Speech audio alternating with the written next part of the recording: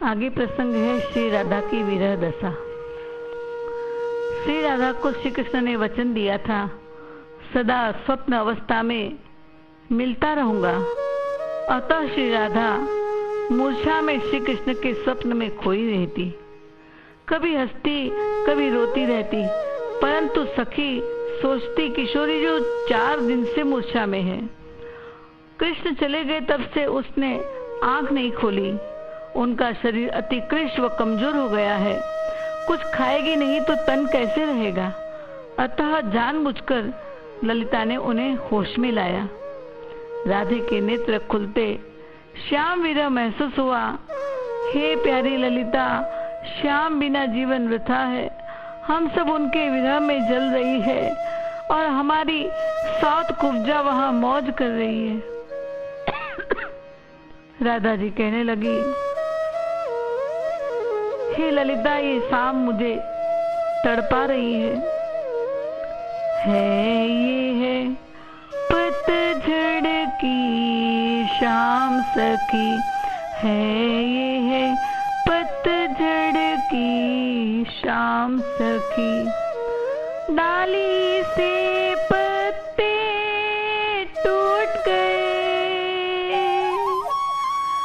मुरझाई है ये कली सखी, मुरझाई है ये कली कली। ये है पतझड़ की शाम सखी। मोहन मथुरा को चले गए, कुब जाने फेरी मति सखी, कुब जाने फेरी मति सखी। ये है पतझड़ की शाम सखी। मेरी प्रीत पुरानी भूल गए, कुब जाने निंदिया ले ली सखी, कुब जाने निंदिया ले ली सखी। ये है पतझड़ की शाम सखी। मोहन बिन राधे कैसे जिए, जीवन तज दूंगी एरी सखी, जीवन तज दूंगी एरी सखी। ये है पतझड़ की शाम सखी, ये है पतझड़ की शाम सखी। सखी राधे जी को समझाने लगी। राधे जी कहते, नहीं, मैं मोहन की सेवा के बिना मैं जी नहीं सकती सखी। चल हम सब उस कुब्जा के घर जाती हैं। सखी कहने लगी, अरे वो कुब्जा तुम्हें खड़ी रहने देगी? अरे अपमानित करेगी, पता नहीं हंसेगी, क्या क्या करेगी, क्योंकि मोहन तो उनके वश में है। राधे कहती, नहीं, चाहे कुछ भी हो जाए, हमें कष्ट मिले, लेकिन हम मोहन को प्रसन्न करने के लिए भी साउथ के घर जाने तैयार हैं। इसे कहते हैं प्रेम।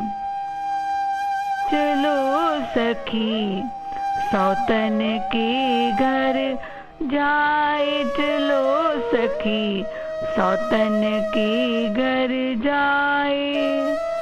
मान घटे तो कहाँ घट जाए, मान घटे तो क्या घट जाए। पिय के दर्शन पई है, चलो सखी सौतन के घर जाए, चलो सखी सौतन के घर जाए। यह जो बन अंजुल को पानी, यह जो बन अंजुल को पानी। समो गयो पछतइए, चलो सखी सौतन के घर जाए, चलो सखी सौतन के घर जाए।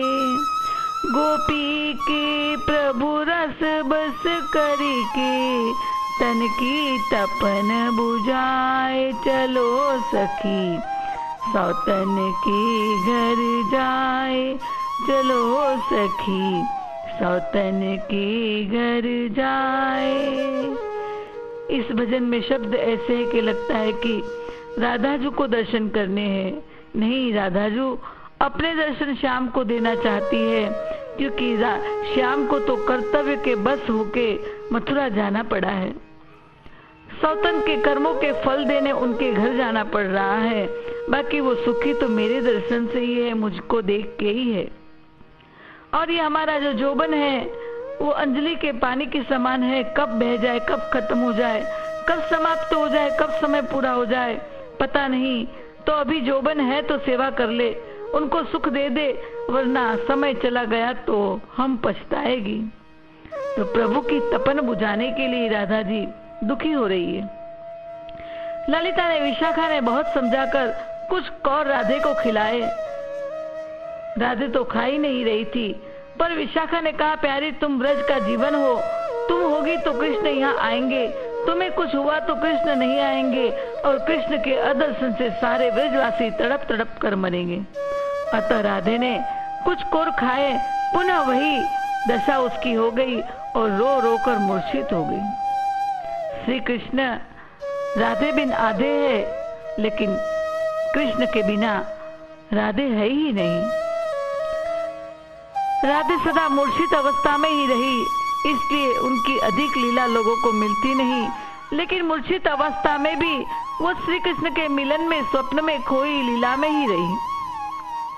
ये तो कहीं कहीं कोई ऐसा व्यक्ति मिल जाता है जो गोलोक धाम की लीलाएं बताता है, राधे और कृष्ण की। राधे कृष्ण बिना जी नहीं सकती। भक्त को भी अपना जीवन ऐसा ही बनाना है जैसा कृष्ण के न होते राधा का जीवन रहा।